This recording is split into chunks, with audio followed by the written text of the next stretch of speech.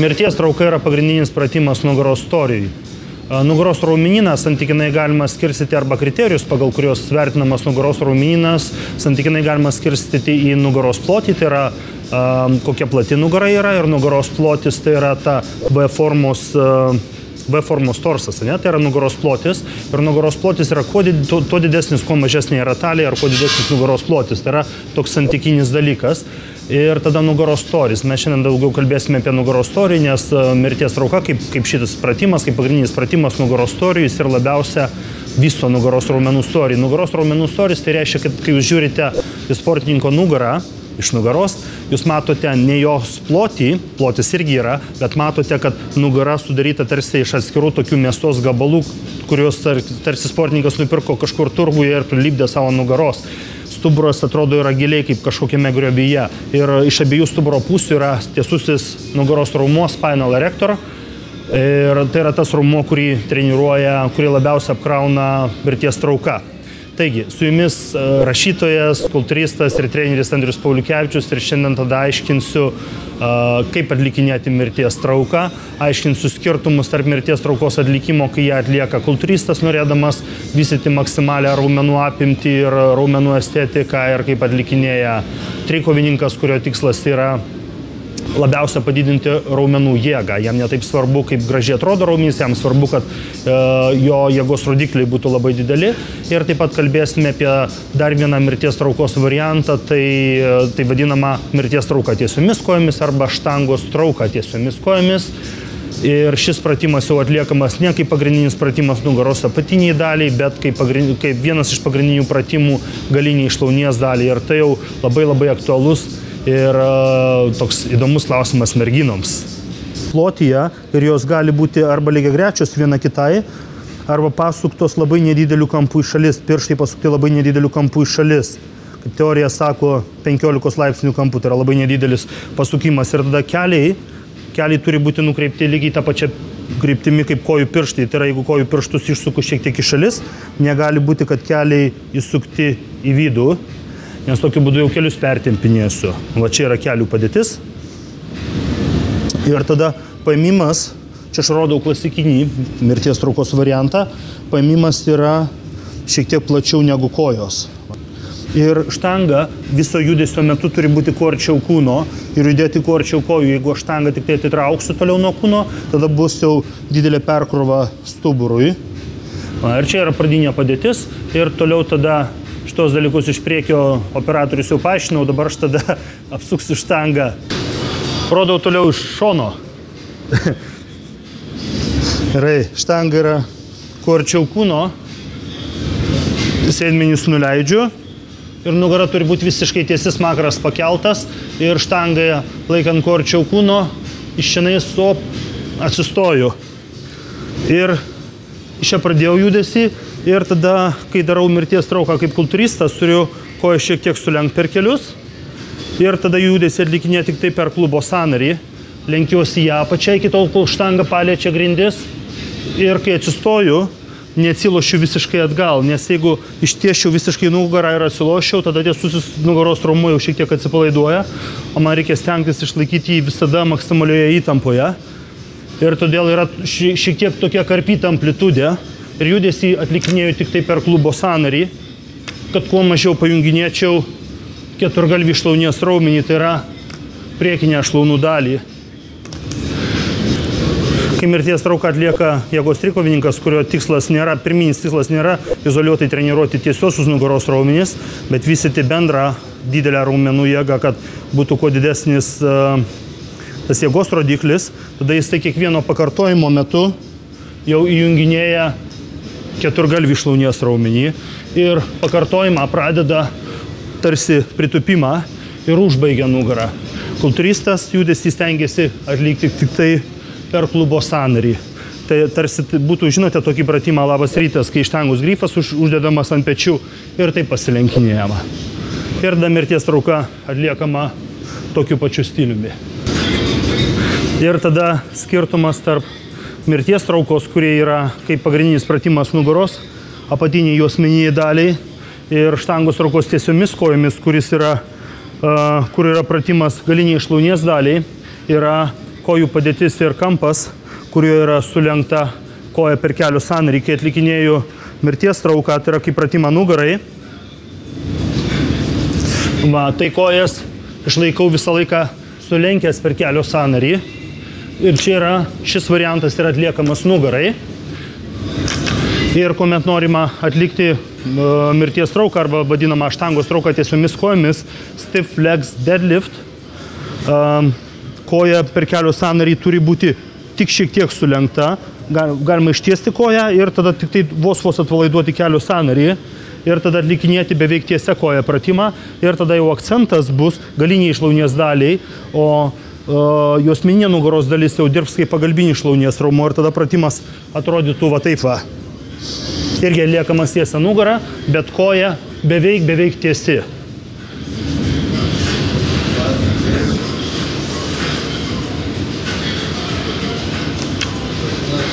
Šis variantas jau tada yra galiniai šlaunies daliai. Dar vienas momentas, kuris padeda išlaikyti tiesią nugarą, yra smakro padėtis.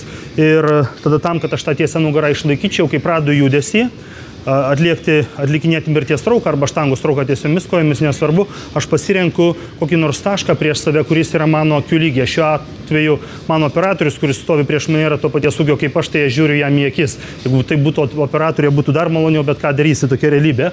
Tai aš pasirenku kažkokį tašką mano akių lygyje, tada paimu štangą ir viso judesio metu aš žiūriu į tą patį tašką, kuris yra mano akių lygyje, kuomet aš esu atsistojęs. Atsistoju ir nusileidinėdamas į apačią žiūriu ten pat. Ir automatiškai tada man tenka kelti smakrą. Ir kai keliu smakrą, tai padeda išlaikyti tiesią nugarą. Nes jeigu smakrą nuleisčiau, automatiškai nugara pradėtų riestis, kai žiūriu į tą patį aukštį ir pasilenkinėdamas į apačią keliu smakrą, išlaikau tiesią nugarą. Dar viena klaida, kurios nereikia daryti, tai stengtis žiūrėti į šoną. Tarkime, jeigu jūs atliekate trauką ir šalia jūsų yra veidrodis, ir šone jūsų yra veidrodis, stenkitės nežiūrėti į veidrodį ir netikrinti savo padėties. Nugaros padėties tą galite padaryti, kol dirbate su arba su tuščiu grifu, arba su labai mažu svoriu, dėl to, kad kai tik tai pasukote galvą į šoną, kas tada atsitinka, įsivaizduokite, kad aš dabar, jūs matote mane iš nugaros, bet pasukau galvą į dešinę pusę, tai reiškia, kad kairė nugaros pusė, kairė trapecijos pusė išsitempė, šitą labiau susitraukė. O kadangi trapecija yra kaip pagalbinis raumuo treniruojant nugarą, galima patempti kaklą, galima patempti trapeciją, galima netgi patempti juosmeninę nugaros dalį. Tai nebūtinai bus stipri trauma, bet vairuojant jau bus sunku galvą pasukti ir bus nemalonu. Stenkitės to išvengti.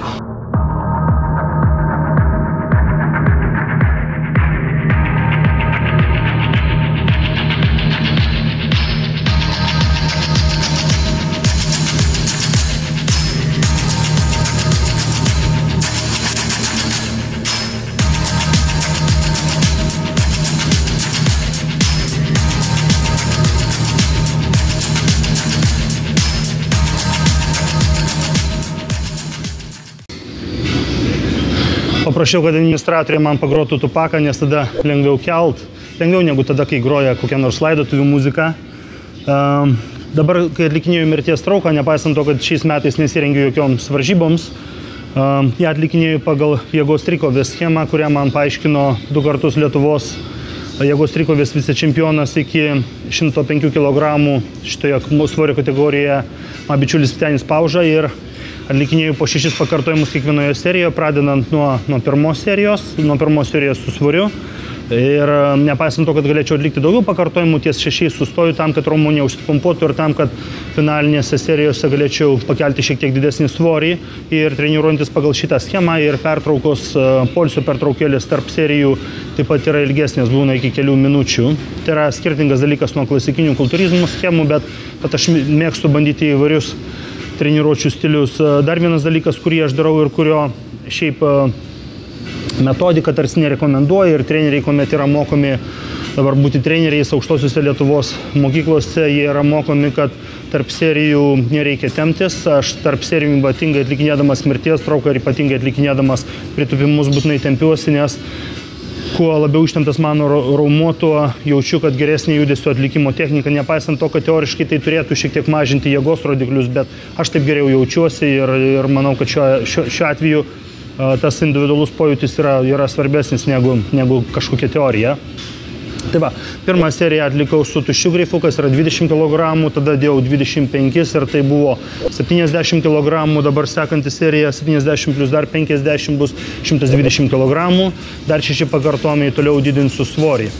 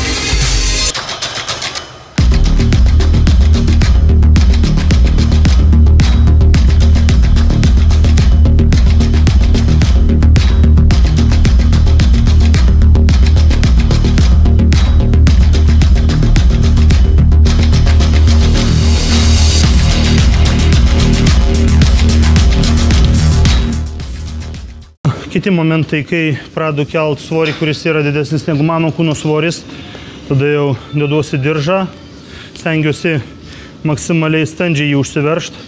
Maksimaliai standžiai tai reiškia, kad kai užsidedi diržą, du pirštai, matai, už diržo, turi sunkiai tilpti. Ir tada dar deduosi dirželius ant riešų, tam, kad galėčiau lengviau išlaikyti štangą. Kad štanga neslystų iš rankų ir prisirišu prie štangos ir tada man nebūtina imti tokių paėmimų, nes tarkime, jeigu dirbčiau be dirželių, tada tam, kad išlaikytum štangą, tam, kad jinai rankose nesisuktų, vieną ranką dedi iš viršaus, kitą iš apačios. Tai skirtingais paėmimais tada štanga netaip smarkiai sukosi rankose ir lengviau ją išlaikyti. O taip laikant didelį svorį yra sunkiai įmanomas dalykas, o dirželiai padeda labai tam. Kas toliau? Toliau dabar turiu naujus batus, kaip tik šitam filmavimui pasipuošiau, nusipirkau naujus batus. Noriu pasigirti. Gerai, pritraukė, ne? Bet kadangi batai patogus, bet jie yra bėgimo bateliai ir jie yra minkšti, tada atlikinėdamas prieš tai buvusią seriją su 160 pastebėjau, kad mano pėda juose plaukioja ir kai keliu svorį, mano kūno svorio centras pradeda važinėti į priekį atgal, aš jį paprastai stengiuosi atmesti atgal, daugiau kulnais atsispaudinėti, o su šitais bateliais jau man nepavyko to daryti, šiek tiek nestabilus jaučiausi, tai dabar tada sekančias serijas atlikinėsiu jau basas, tai yra tik tai su kojinėmis. Kojas vakar ploviau, kojinės irgi šiandien yra naujos šviežios, tai tada netgi jums žiūrintiems neturėtų nieko blogo jaustis.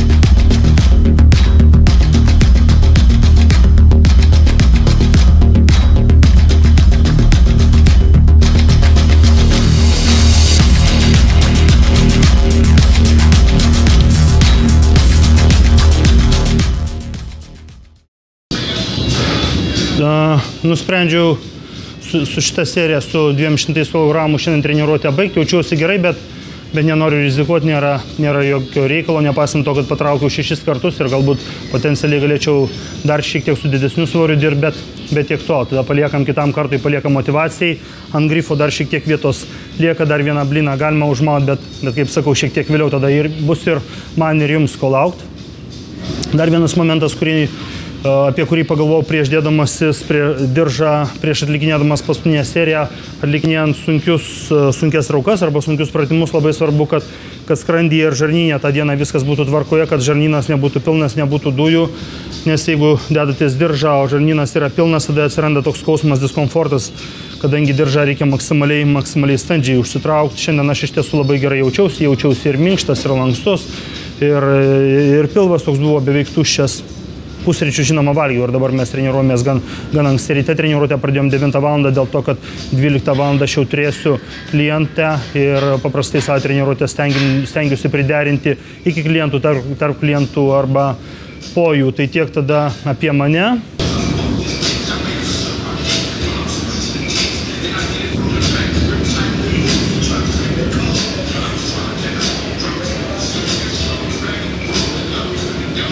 Filmuoji?